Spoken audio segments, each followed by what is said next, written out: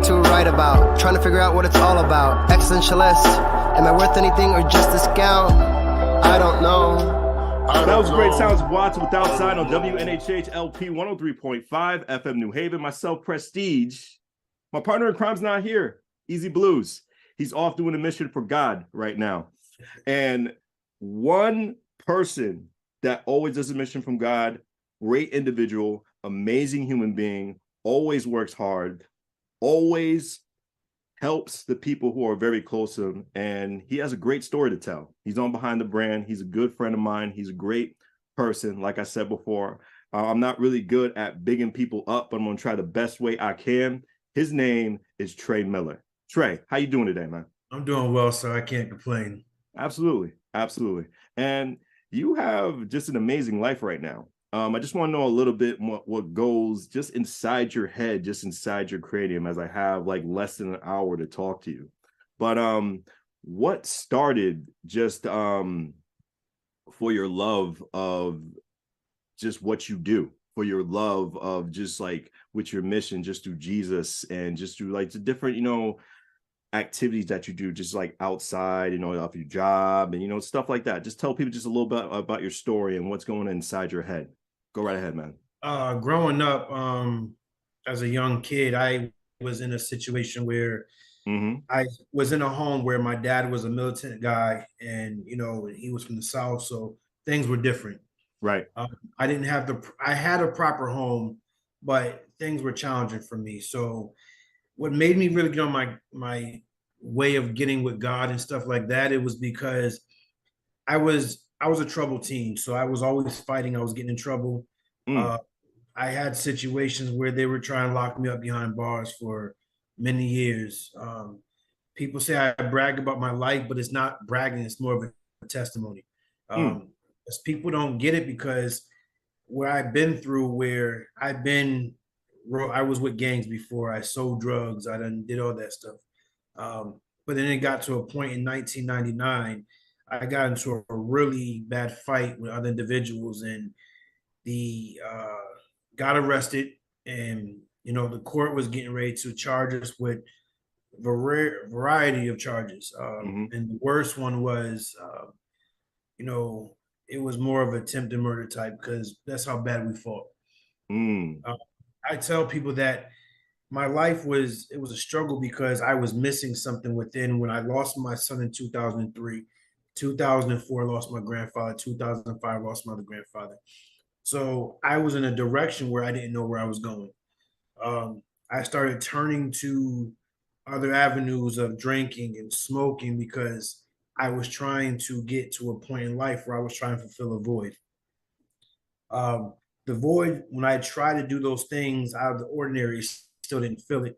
So as times went on, I started to get myself together because I'm like, life is more precious serving God than not serving him. And I remember like it was yesterday, my mom said to me, she was like, Trey, are you ready to serve God? And I'm like, Mom, I'm ready for it. And she was like, well, I don't think you understand what you're saying. I'm like, okay, Mom. So what are you saying? Are you really to serve him? So I'm like, yeah. She was like, because if you serve him, you're going to go through hell. But I'm like, Mom, I'm already going through hell now. So whatever I'm doing now doesn't even affect. She was like, but no, you're going to go through it. So I went and I gave my life to Christ. And since then, I was times where I'm like, this is one of the hardest battles I ever faced. I'm like, God, because I can't, like, this is a struggle for me. There was times where I went 2 years. I didn't have a job. I was struggling, but God still made a way for me. Right.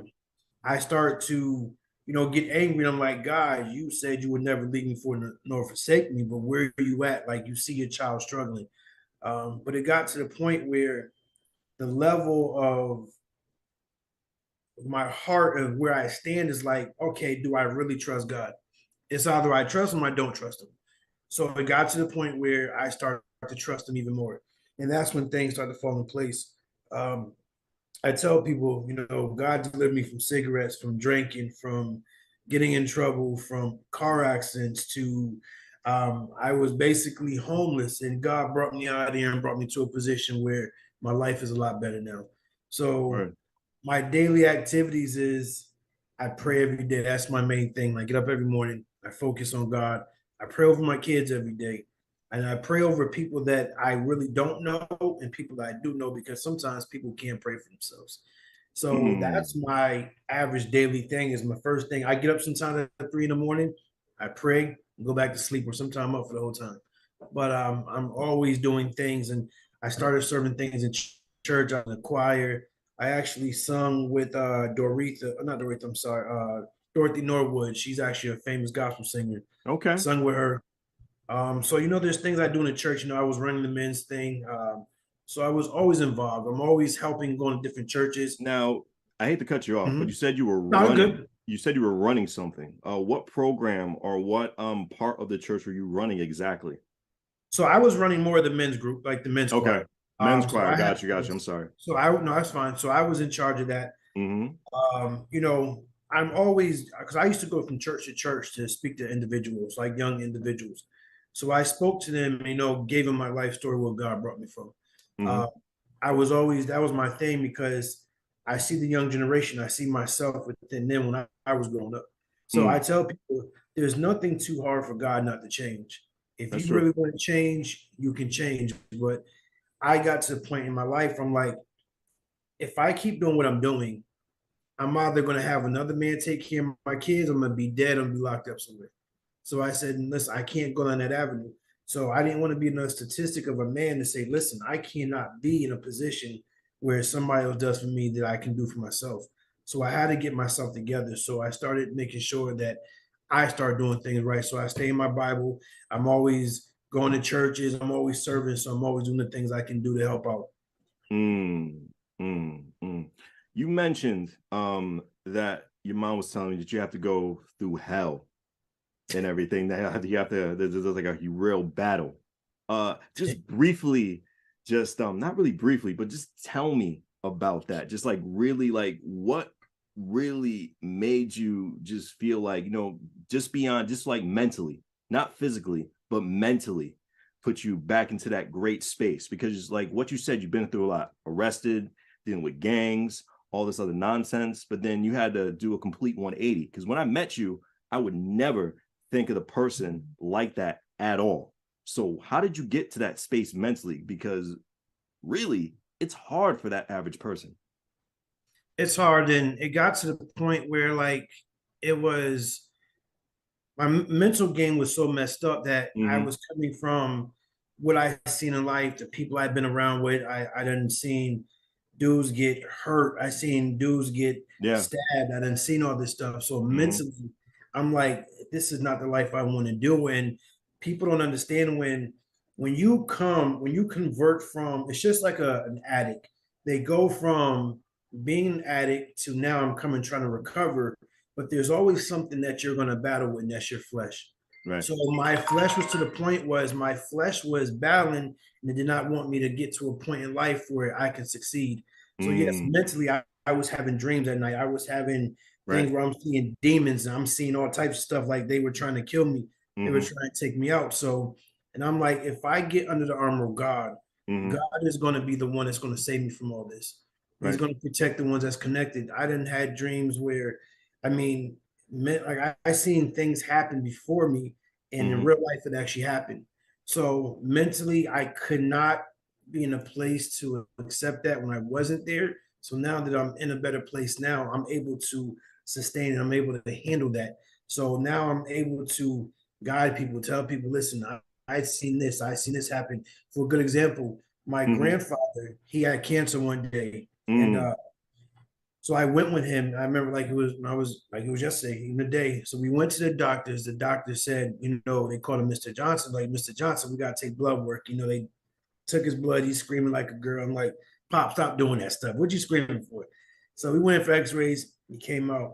Doctor comes out, says, you have cancer all in your chest. Oh. So he says, I Um. need to see you back here another week. Okay. And my grandfather said, he gets up. He says, come on. He walks out. He didn't loot. He wasn't sad. He wasn't mad. The first thing he did, he started to pray. And when he started to pray, we came back in a week later. He took blood and grin. He's screaming like a girl. I'm like, stop doing that. It was embarrassing.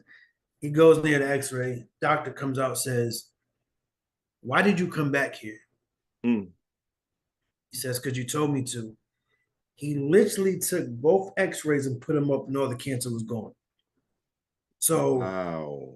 I seen things like that, and to the point where I'm like, Wow. it was phenomenal. So all the cancer he had actually went away. My Uh-huh. sister had cancer. God delivered her. Um, there's many things I could tell you where like the things I physically seen, like from my own physical being of eyes seeing. So Mm-hmm. a lot of the mentally stuff, like it really, so I'm like, if God is really doing this for people, Mm-hmm. why I can't be in that place? Mm. If he promises children this, I'm going to step forward. I'm going to do this. So then I start to do that. Then my blessings start to come. Mm.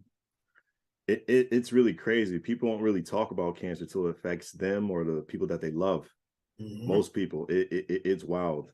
And just to hear that story, just going just within that short time frame with all of it to be gone, It was a blessing. yeah, When I yeah, lost my it's just son back in indescribable. '03, Uh-huh. so 2003, Mm-hmm. and this is why I tell people I'm going to speak more of a father now. Like when you have a mate, Mm-hmm. all that arguing and stuff, there's no reason for that. Right. And my ex-wife said one day, she says, "I'd rather serve the devil before I serve God." Wow. And I said to my, and it scared me because I'm like, what are you really saying to yourself? Like, are you really saying this? So then, not too long after, me and her got into an argument. Right. And we went to the doctors that morning. The ultrasound was good, baby was breathing fine. Mm-hmm. That night, she woke up and she started to have cramps. Ooh. Her placenta broke, Oh my God. and she had an infection inside her placenta. Oh my goodness. So she couldn't move. The ambulance comes, get her to the hospital. The baby dies at 6:03. Man. So we dealt with that. And God specifically told us, I'm about to give you double for what you just lost. Mm. So not even a month later, she got pregnant again. Mm. Now, mind you, your woman's insides takes a while for everything to Yeah. have another baby. She gets pregnant again. Yeah. I had a daughter. My daughter, she comes out, she was in the hospital for about 6, 7 months, and Mm-hmm. she ended up getting a trach in her throat. Mm. And doctor told me, she was like, well, and he said, well, your daughter can't go home, Mr. Miller, until you actually know how to, you know, to learn how to suction. And I'm like, I don't want to see my baby like that. No father wants to see their kid like that. Of course not. So we prayed and we took her picture every day. We went before God. We prayed, we prayed, we prayed. Mm-hmm. And she comes home. 2 years she had a trach. The doctors told us that my daughter would never walk, talk, and be like one of those students that's in school now. But at the end of the day, I told myself the devil is a liar because God has a say so of everything. So Mm. I went home. We kept praying. Now, if you look at my daughter, she's a straight A student. She's going to college to become a lawyer, and she's going to do a lot of things. So I tell people that just because what somebody says, that's not the final say. That's not the final say. That's so So true. this is why when you ask me about the mental, this is why my mental start to get different than most people because Mm-hmm. of things I have came across in an account. Mm. It's funny because I always tell people that words are just words at the Words, end of the day. words. A lot of people, I really think it's sometimes just the frosting on the cake because it can Yeah, look just the type of way. But exactly. but it really depends on the cake itself. Exactly. You know what I'm saying? Like it really depends on that cake itself. It could be a good cake or a bad cake. The frosting doesn't make the cake. Exactly. Exactly. If I could break it down to any analogy, because I love food. But Me too. That's why I'm big now. So I'm a fat boy out. I mean, you ain't the only one, brother. So. But like words, they're just frosted. You know what I'm saying? Because like at the end of the day, you know what I mean? The presentation may look good, but at the end, but it's all about the taste of how it is. Exactly. You Exactly. know, and you really can't judge books by its covers. I mean, I That's had my right. hardships. I've changed. It's great learning about your change as well too. But when we Exactly. talk about changes, you mentioned earlier about just talking to these kids that you see yourself in them, about being a mentor, and what are some of the challenging parts? Because the best thing about the youth is they're more open to advice than like say people our age. But like it's really hard just trying your best just to make them just see your point of view. So what are just some ways and just some like routines and just some stuff that you like to, give the kids some advice, some like uplifting information that, life's not over? Because sad to say, there's some people who give up at the great prime of their life, which is very disappointing. And I look at the young generation now, and then I'll give an example. I used to work for Comcast, and I went to a site of this customer's house, and I'm doing the cable, me and my buddy, and Yeah. the lady, all of a sudden, she started talking to me. She was like, I was like, "Are you okay?" She was like, "Yeah, my son's arguing around the house. He's doing this in the third." Right. And I said, "Well, let me speak to him." So she tells me he come out there with an attitude. First of all, he sits on the couch, and I'm looking at this dude. So I'm like, "This dude's problem." So then she tells me he gets up. I said, so I get in his face. I said, "Listen, if you ever disrespect your mom again, you're gonna have a problem with me. Oh, wow. Your mother is your mother, and that's who's gonna always be there for you in spite of what you do. I don't care if you lie, I don't care if you tell the truth. She's gonna always do. That's what a mother does. Fathers, we're a different breed. We might be like, nah, you stay there. No, I'm not. But something about mothers." So I sat there and I talked to him. What I started doing was I started calling him every day, checking him. You good? You need anything? Let's do this. Take a ride with me. Do this. And I start to explain to him from where I came from. I used to fight a lot, all the time. And I tell people, I understand where you're coming from because I love my father dearly. But my father was from the South, so all he had to do was work back then. So the man's role was take care of your household, pay the bills, and you sleep. The mom takes care of you.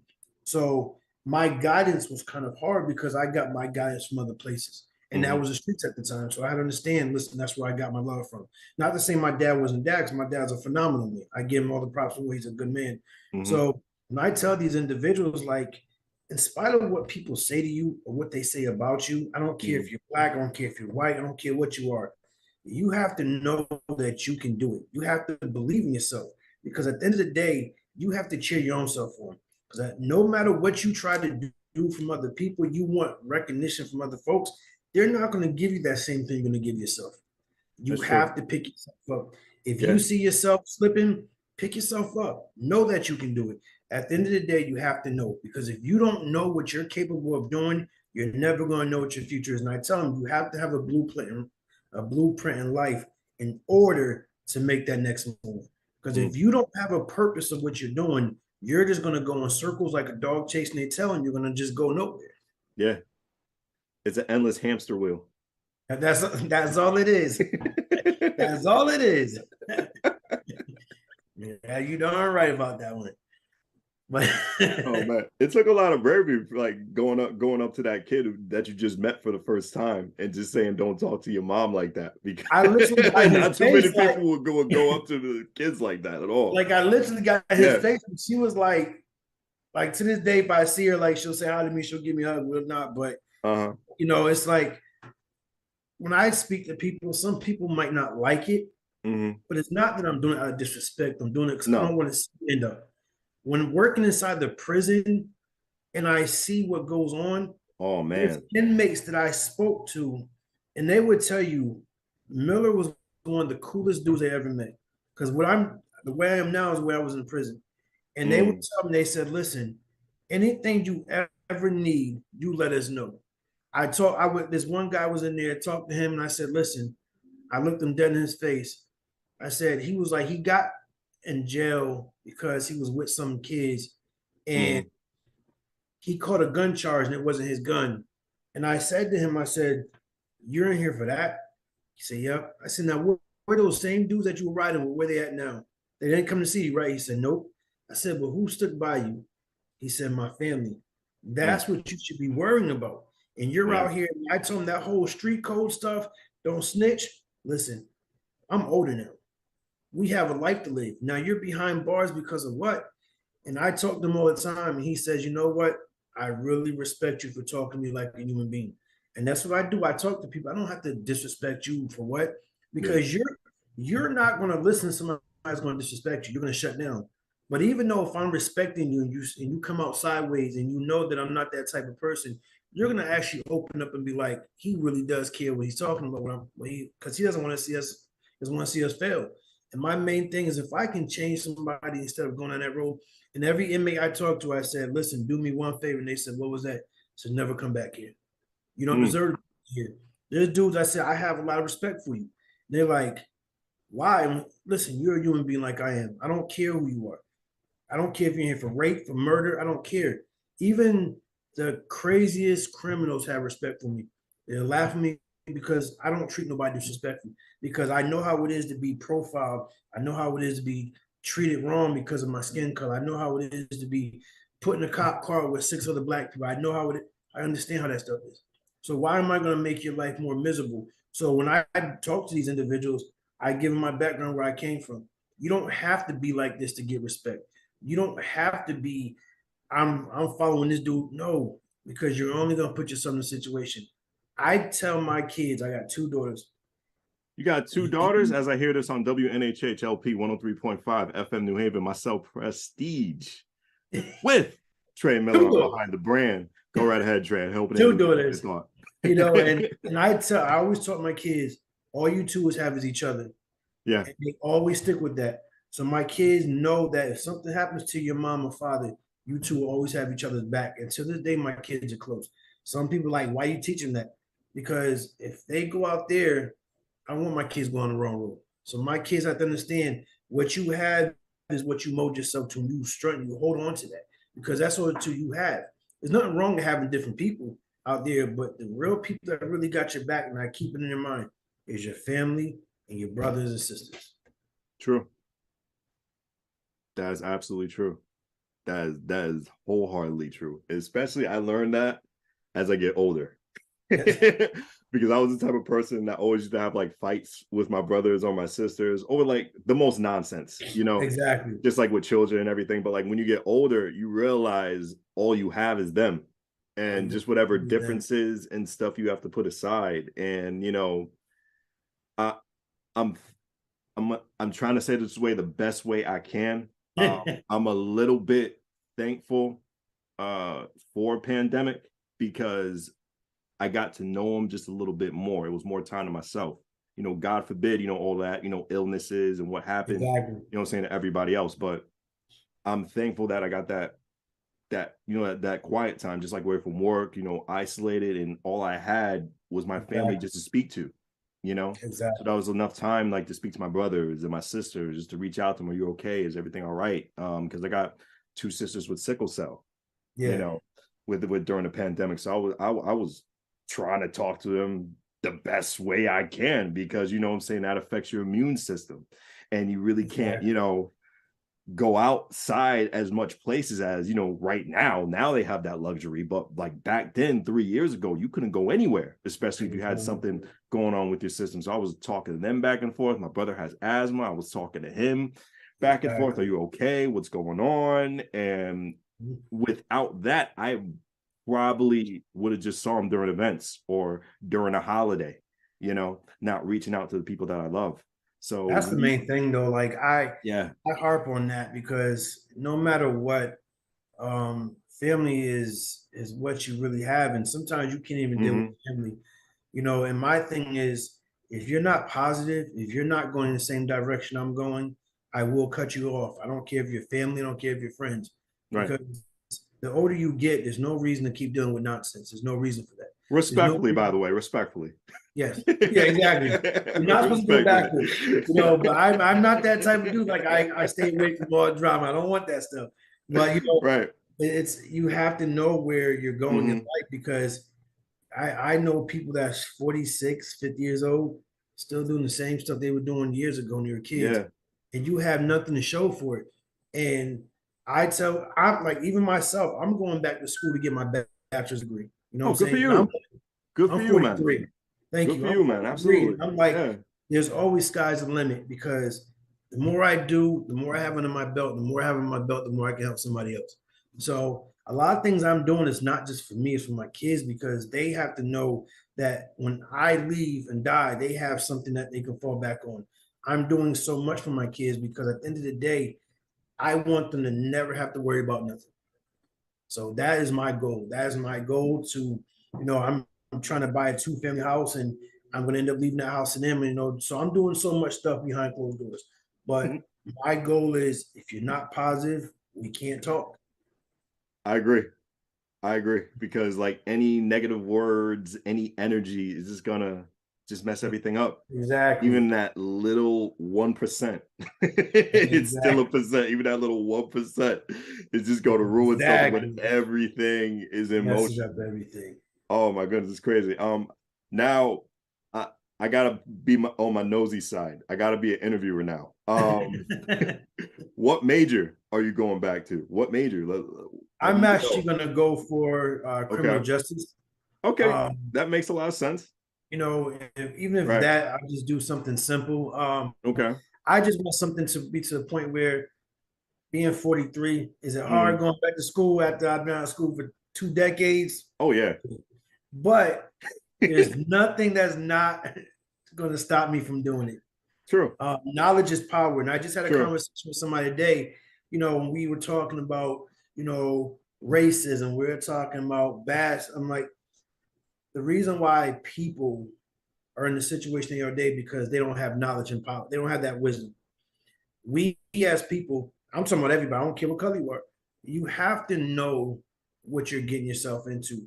In order to get past the law, you have to know the law.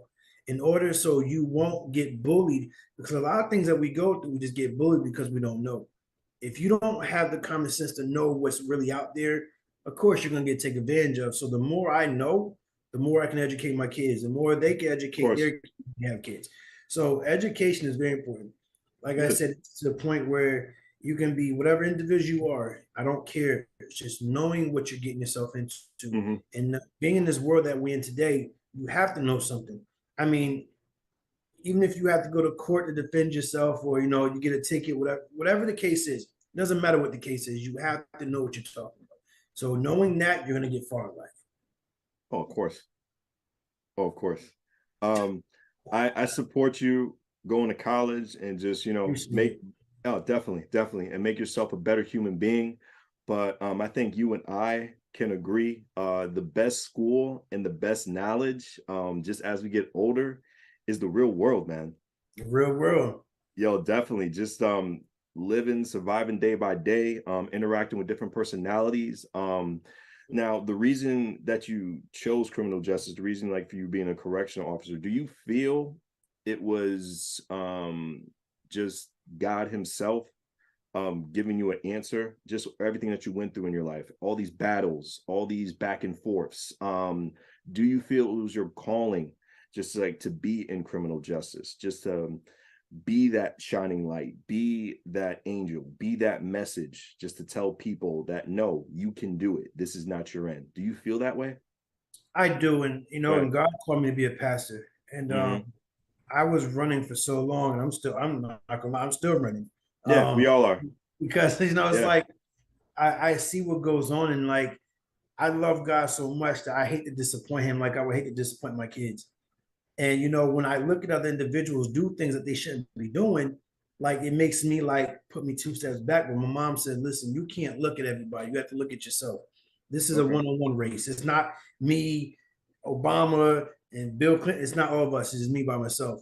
But for what I've been through, yes, I really believe in sincerely in my heart that when you have the kingdom in you, you have that love for you, and you show people there's another avenue.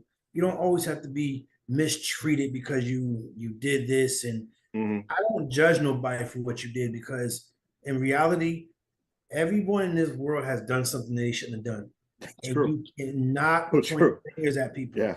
I mean, you might have stole candy, you might have stole a car, you might have broken into. Doesn't matter. We all have done something that we should not have done. And this is why, like, when people say I'm the most easiest person to talk to, because I don't condemn you, I don't judge you, I'll just give you advice. I can't tell you I can guide you how to get out, but I can't take you out. You have to take yourself out. So my phone goes off every single day. There's not one time I don't talk on the phone about somebody having problems. I do it every day because they come to me. Listen, I'm a firm believer that I don't knock anybody, because my daughter goes to see a therapist. I believe I don't knock it. Yeah. One thing I tell my daughter Right. that they're gonna give you book stuff, but I need somebody. The reason why I talk to my kids because I've been through a lot of stuff, so I can give you the real life. They can't give you that real life. I didn't go to school to do this. You know, I went through the life of what I did, so I can actually guide them. So I tell my kids, listen, you know, I help my kids all the time. They come to me, they'll vent to me, and I always tell my kids, it's gonna be all right. Just gotta pray, it's gonna be all right. But yes, I really think that God put me in a place to show people like, listen, if I came out of it, they can come out of it. See, my thing about therapy, I'm not against it. I'm not against it one bit because like everybody should vent to someone. Yes. But no, I feel everyone shouldn't vent to everyone. You know what I'm saying? Because like how you said just a little bit earlier, man, there's a difference. There's a difference for somebody who went through it, and there's a difference for somebody who had that book knowledge of just how to talk to people throughout different situations. You know, they can suggest different stuff, but like they don't know what's really going on in the gut feeling, or the soul has like a little similar feeling to what you're going through. And it's very difficult just to open up to somebody. Like I was even looking at some of the stuff that I saw. You know how the algorithms work on Instagram and like different social media things like that. They have apps now to talk to people and talk your frustrations to. And I feel that's so wrong. I feel that's sinful. I shouldn't talk to a robot about my problems. You know what I'm saying? Because that robot didn't have that depression. That robot didn't have, you know, all this like struggle. That robot was just invented by man to work a certain way, to operate a certain way. That robot doesn't have brain waves going through their head, just like random feelings going back and forth. I felt that's just so wrong to sell to people. You can't just have a therapy app and just talk to to talk to your device. That's so, that in my opinion, that lowers your mental health instead of just boosting up. You know? And so I really feel some people, you know, even though they went to school for it, aren't meant to tackle some of the problems, you know, that they talk to you about. They can't. It can be a really hard position being just a therapist. And mind you, they're going through stuff too. Everybody has a situation. Yeah, you know what I'm saying? They're going through stuff too. So to take what they're talking to you about, and then the therapist probably need his therapist or her therapist to talk about something. It's so crazy. And I really think you can agree with that. It's so crazy. So I like the fact how you separated the two. It makes so much sense. You know, I really feel, you know, you can save a lot of money. Once again, I'm not against it. I'm not me neither. No. Therapy one bit, but I really feel you can save a lot of money because life's too short, like to hold back, you know what I'm saying, like all these negative emotions in you. Exactly. Talk to somebody who went through almost a similar path, because you can learn a lot from each other. You can. And that's the thing. A crackhead can't tell an alcoholic how to get off that, because you got it two different Seriously. ways. Yes, thank you. And that's a perfect analogy. That's where it comes down to, like, you know, somebody that's been out there to somebody that hasn't been out there. You can't really tell me anything, but I can listen to you. That doesn't mean I'm going to take your advice. I mean, there's nothing wrong. Like I said, I'm not against it. Everybody needs to talk to somebody. Absolutely, yeah. But I surround myself around people that has been through challenges. I don't say situations. I don't say struggles, because that's something, the terms I just don't use. But a challenge you can actually get out of it. You know what I'm saying? So you're in a place where we're all helping each other. We're not downgrading each other, but we're lifting each other up. So if I know people that's going through it, if I have a problem with smoke, I don't smoke, but if I have a problem, I'm going to somebody that, how did you get off that? Show me. Yeah, of course. Yes. My dad always told us, I live by this principle to the day. My dad said, if you want to be broke, you hang around broke people. You want to have money, you hang around people with money, but don't ask them, but watch how they do it. Yeah, watch how they operate. Exactly. So when you see that, you'll be able to elevate yourself. So it's what you want to do and what type of person you want to be like, to be the people that you hang around with. Oh, of course. I totally get that. And I totally agree. Mind you, there's a lot of people who I let go respectfully. Me too. You know, no, it wasn't malicious, it wasn't disrespectful, but you know what I'm saying? Like 2020 really opened my eyes just with interactions with people. It really told me to, you know, I really feel I don't have to fight with everybody. You know what I'm saying? I think it's a waste of time proving that you're right to somebody. Exactly. I really think that you can agree with this, because like Exactly. it's just going back and forth just with a person, too much exhaustion, just physically too. A lot of people are thinking like physically with the argument too, like it just drains you. It And does. then you go to bed with that, you you go to bed with that and everything. And I heard this great quote, and I think you can agree to this. Holding a grudge with somebody and putting all this hate in your heart, it just drains you. It's just like drinking poison yourself. That is true. Because I so not too long ago, I went through a divorce, and I was so angry with my ex-wife, and I was going through a lot of stuff, between a lot of things that was going on, but I almost had a stroke twice because I'm dealing with things, and people don't understand. The more you hold in, listen, if you don't let that stuff out and forgive somebody, then you're you're in bondage. You're not going to get out of it. Of course. They moved on with their life and you're still stuck. So at the end of the day, like I tell people, I forgive my ex-wife for what she did to me. I'm not even mad. You know what I'm saying? Right. I have to learn to forgive, because I live by this model also. If I don't forgive whoever did anything wrong, how's God going to forgive me? That's my model. There you go. And I live by that principle. I live by that principle. So I forgive everybody, even though I don't want to, or I have to. Like I tell folks, I had a conversation with somebody, they were going through something, and I'm like, listen, only way you know you forgave somebody if your flesh does not rise up and get upset. If you got to talk about somebody and you still get mad, you're not over that person. Now, there's a difference between forgiving somebody and walking on and holding on to something. Now, I never forget what you've done to me. Doesn't mean I didn't forgive you, because I forgave you. Right. If I can walk past you and still say hi to you, I'm not mad with you no more. For what? While you're happy, smiling, I'm over here stressed out, I'm not doing that. So now I don't argue with people. People get mad, I'm just like, no problem. I smile and keep moving, because once again, I live by another model. You reap what you sow, and people say karma.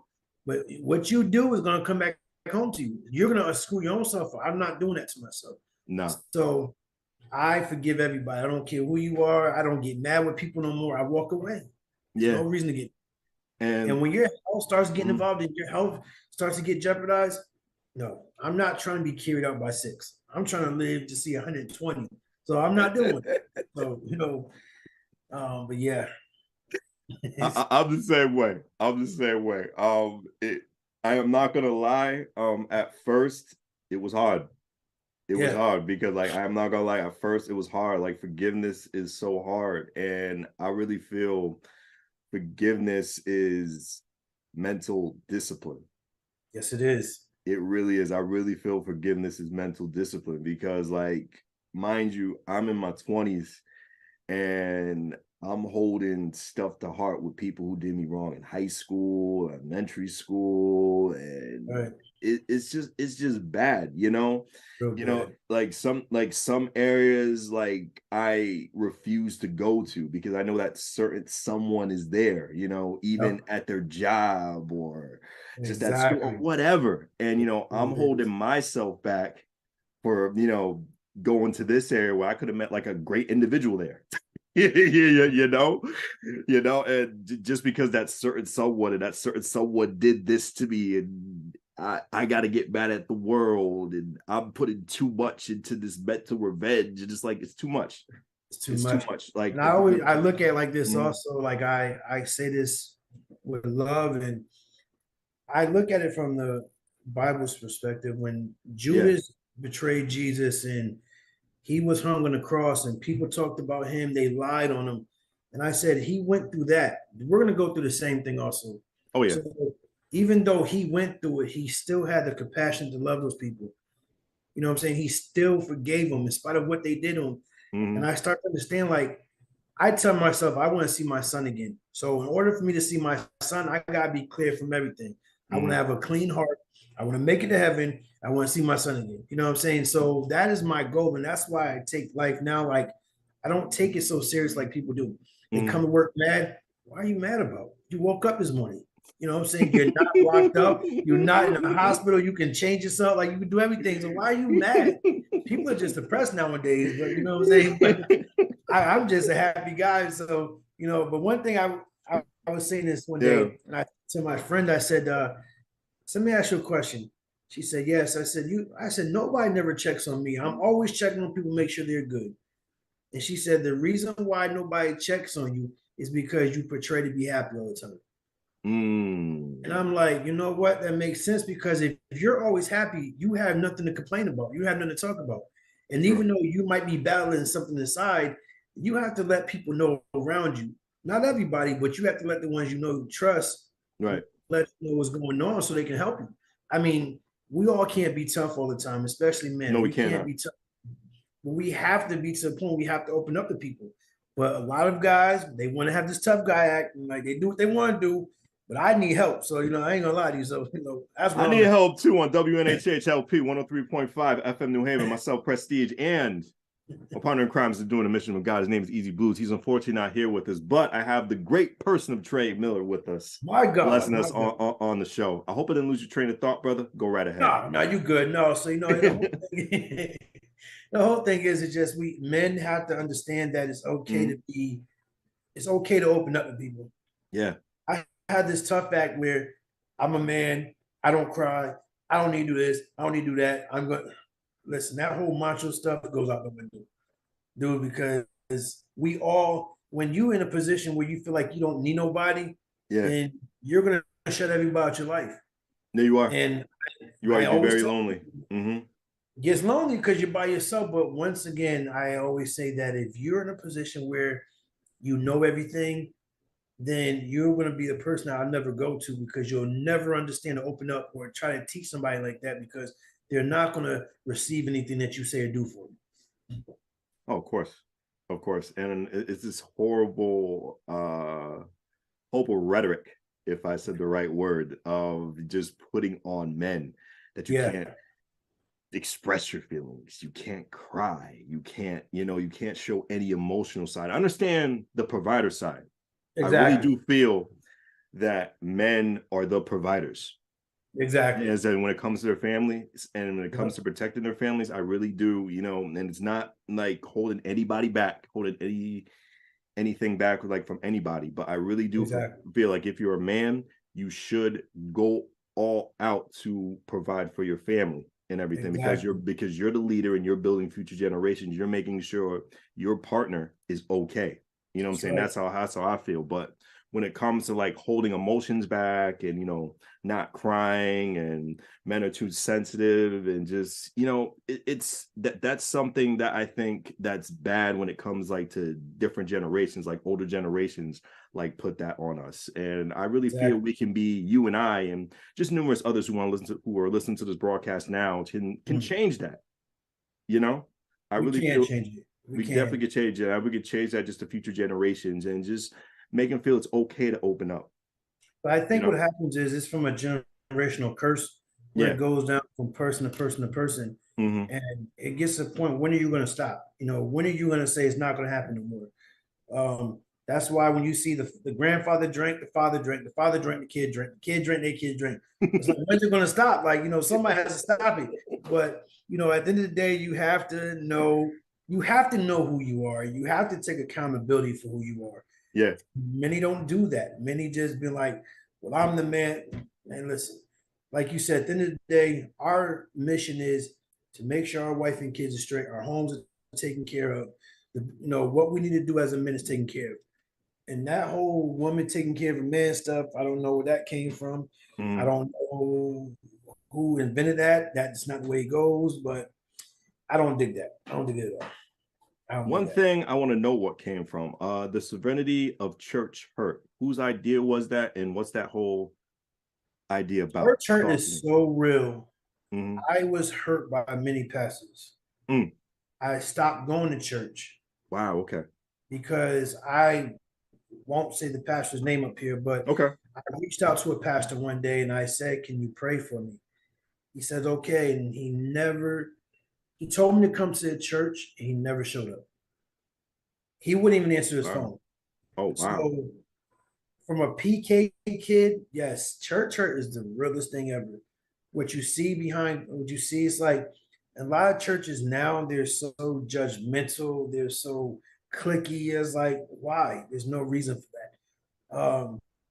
I tell people, it's like, I don't give the devil credit, but I do say that one thing I say about him, he comes to kill, steal, and destroy. So he's on one accord with what he's trying to do. But God's people is not. And when you get all this stuff, there's a difference between kingdom folk and church folk. Church folks are the one that lie, they steal, they backbite, they sleep with this pastor, sleep with the first, this all that stuff. Then you got kingdom folk that really want to serve God. They're not perfect, but they really want to serve No God. one is. No one is perfect. Exactly. Nobody's perfect, but No you try to strive to get there. You know what I'm saying? The church hurt is real. I didn't came encounters where, I mean, I would never say nobody's name because I would never put nobody in the forefront like that. Of course. There's pastors out there that they're sleeping with men and they're out there preaching to people. Like there's things that they're doing is like that's unnecessary. It's like you go out there, you saying this, you're saying that, but then it's like you turn around and you want people to follow what you're doing. Or you want it's two-faced, a little two-faced mentality. Exactly. I only have one face, but there's many other good that put two different hats on. It's like there's no reason for that. So I've been, like I said, I've been hurt by church people. I stopped going to church for a while because I'm like, church is supposed to be like, you're supposed to go there, you're supposed to, go there, get help, and people are supposed to pray, things supposed to go well. But church is the most realest thing ever. And I don't take that lightly. Like if I see you get hurt in church, I will say something. Like I will stick up for you because at the end of the day, a lot of these people don't say nothing, but I will put somebody in their place quick because this is not the place to hurt somebody here.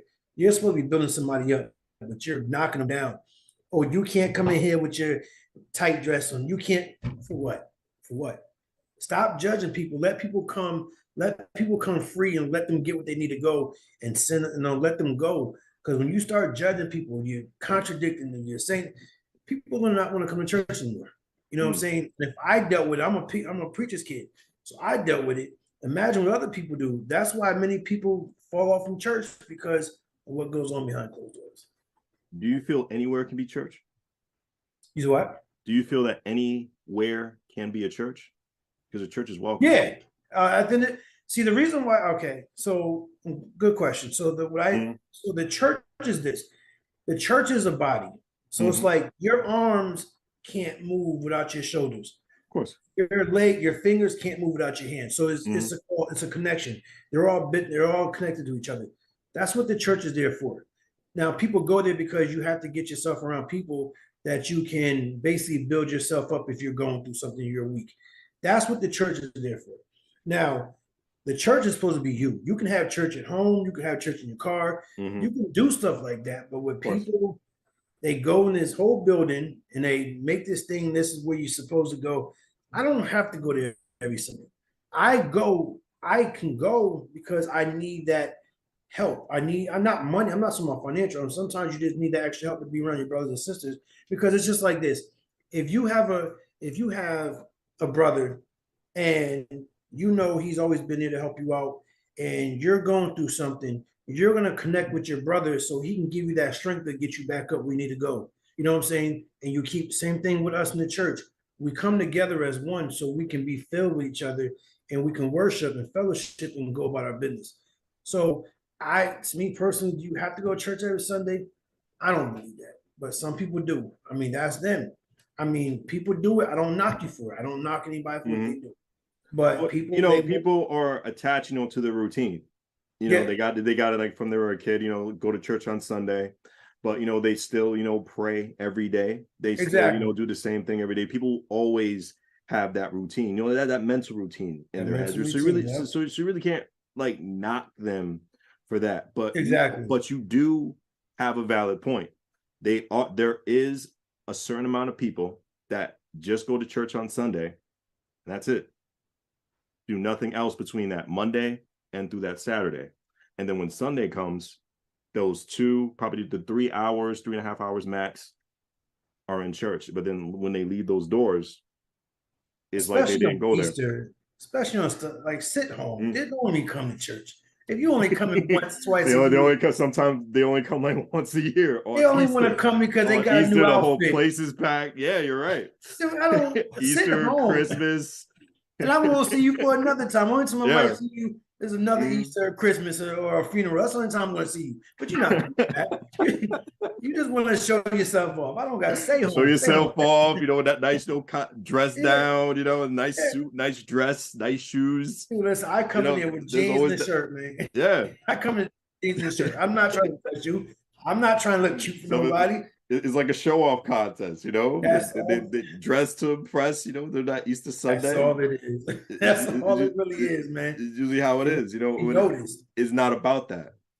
It's not about that one bit. But unfortunately, we only have so much time left of this broadcast. Okay. This is the time where, please plug anything that you're a part of, anything they want to reach you with social media wise as well too. And you gave a lot of great uplifting advice within this show, but please, any more little nuggets of knowledge for someone who just wants to change their ways or wants to do better for themselves. So these last couple minutes, Trey, is for you. Go right ahead. So I tell everyone that's actually watching it, if you ever want to reach out to me, you can find me on Facebook. My name is Trey Miller. I'm always posting positive things because that's what life is about. I get emails, I get calls, and people say, if it wasn't for you saying that today, I'd be in a bad situation. I'm always encouraging people. You can follow me up there. I can, just contact me any way you want to. I just be encouraged no matter what you go through. Everything is just seasonal. Seasonal, that means it's only temporary. So whatever you deal with, you're gonna make it out. Feel free to contact me. It's my information is right there. I make myself public so you can find me. Like I said, I don't mind talking. If you want to inbox me, if you have a problem that you're scared to talk about, you can talk to me.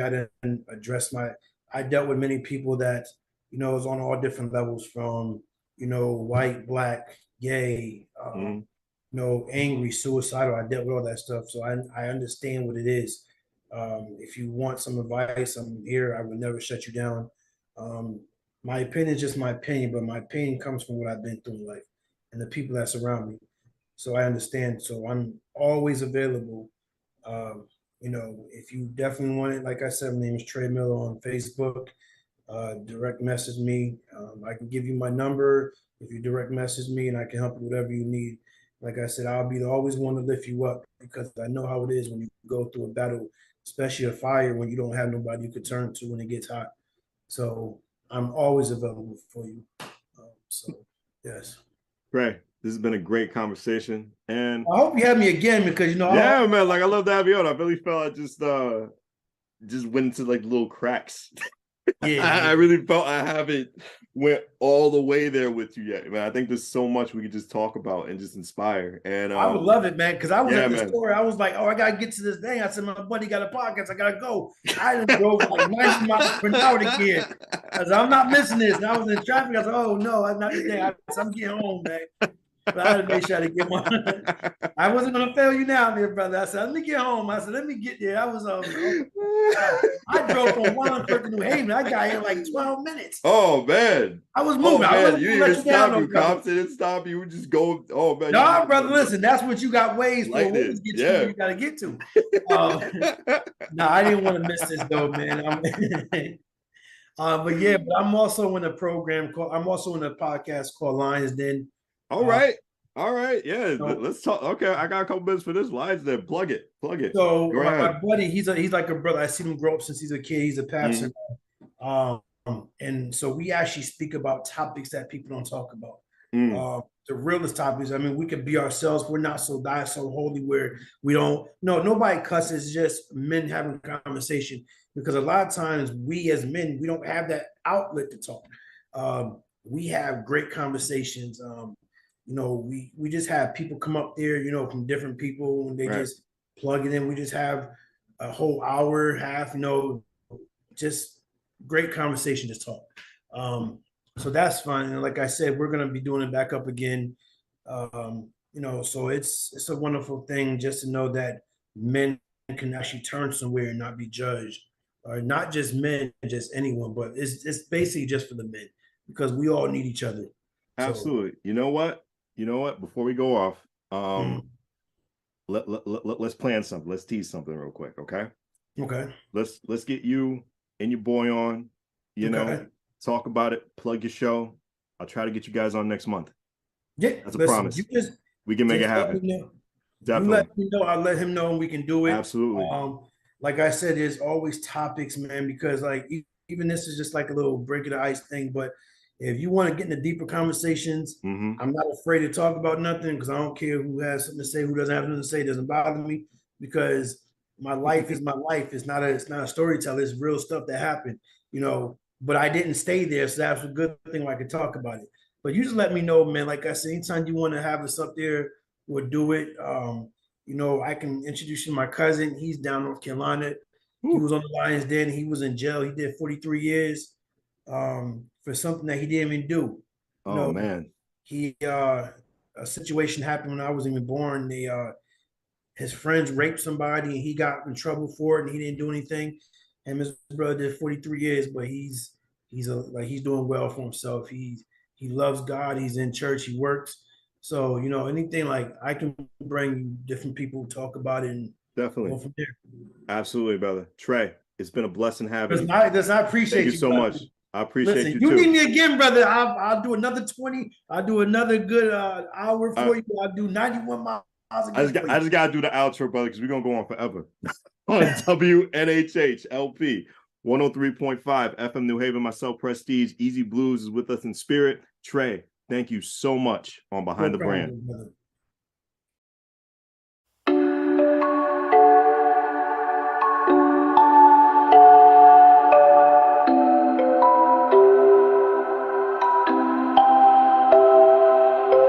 Wondering what to write about, trying to figure out what it's all about. Existentialist, am I worth anything or just a scout? I don't know.